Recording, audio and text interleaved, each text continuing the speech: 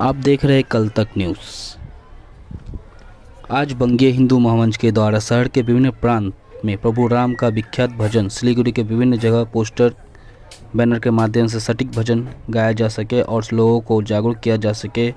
जब हमने विक्रमादित्य मंडल से बात की तो उन्होंने बताया कि इसका एक ही उद्देश्य है कि जो कुछ दिन आगे सिलीगुड़ी के महानागरिक गौतम देव ने बैनर में गलत भजन का प्रसार कर रहे हैं, इसी कारण बंगीय हिंदू मंच ने सटीक भजन को जगह जगह पोस्टरिंग की और बैनरिंग की और लोगों में जागरूकता को बढ़ाया।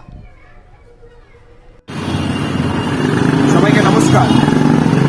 এই রামনবমীর প্রাককালে আমরা দেখতে পারলাম আমাদের শিলিগুড়ি শহরের মহানাগরিক শহরের বিভিন্ন প্রান্তে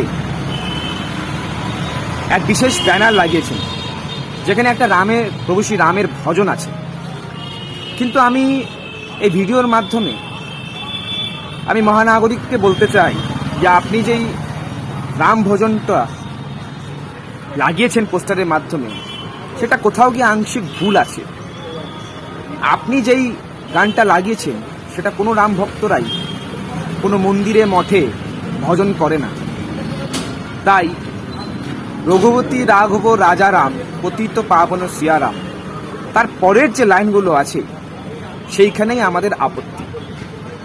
তাই শহরের নাগরিক হিসাবে শহরের সনাতনীদের মধ্যে যাতে ভুল ভজনের লাইন না পৌঁছায়, সেই উদ্দেশ্যে বঙ্গীয় হিন্দু মহামঞ্চ দায়িত্ব নিয়ে যে আসল রামের কীর্তনটি আছে, প্রভু শ্রী রামের যে আসল কীর্তনটি আছে সেই লাইনগুলো যেটি রামায়ণম গ্রন্থ থেকে নেওয়া এবং সংস্কৃত ভাষায় লেখা পণ্ডিত লক্ষ্মণ আচার্য দ্বারা রচিত, সেই গানকে আমরা সঠিকভাবে বিভিন্ন পোস্টার এবং ব্যানারের মাধ্যমে শহরের বিভিন্ন প্রান্তে লাগিয়ে দিলাম, যাতে যখন শহরের সনাতনীরা রাস্তা দিয়ে যাবে তাদের কাছে সঠিক ভজনটা পৌঁছায়, কোনো বিকৃত ভজন না পৌঁছায়।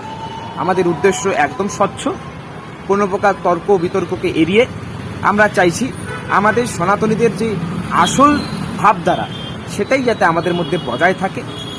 অন্য কোনো ভজন কীর্তনকে অ্যাডপ্ট করার আমাদের প্রয়োজন নেই, কারণ আমাদের সংস্কৃতি সবাইকে গ্রহণ করে।